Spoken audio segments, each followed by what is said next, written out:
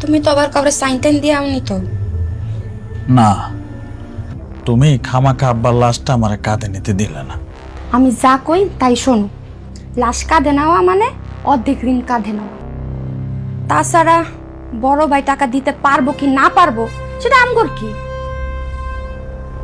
স্বার্থপরটা কি বেশি হয়ে যেতেছি না আমরা? একদম চুপ করো। স্বার্থপর মানে? আজকাল যে দিনকাল পড়ছে, স্বার্থপর হওয়া ছাড়া কোনো উপায় আছে? আর তোমার একটা কথা বলি, আমি তোমারে দয়া করে বিয়া করছিলাম। আমি যা কমু তাই হইব। আমার মতো সুন্দরী মায়া তুমি জীবনে পাইতা? আমার কথা মতো না চললে তুমি কিন্তু আমারে হারাইবা। আচ্ছা, ভালো কথা। তোমার গলার চেইন কই? কানের দুল কই? কই মানে? সবকিছু আলমারিতে তুইলা রাখছি। যদি কেউ আইসা কয় তোমার বাপ বাইচা থাকতে এটা আমারে দিয়া গেছিল। আমারই ভুল হয়েছে রাইসা। আব্বার আমি কথা দিছিলাম, বিয়ার খরচ চাকরি হওয়ার পরে আমি আস্তে আস্তে শোধ করে দেব, কিন্তু আমি দেই নাই।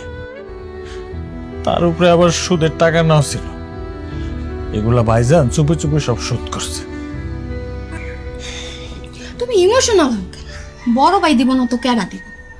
বড় ভাই আব্বার কাছ থেকে কি কম টাকা মারছে?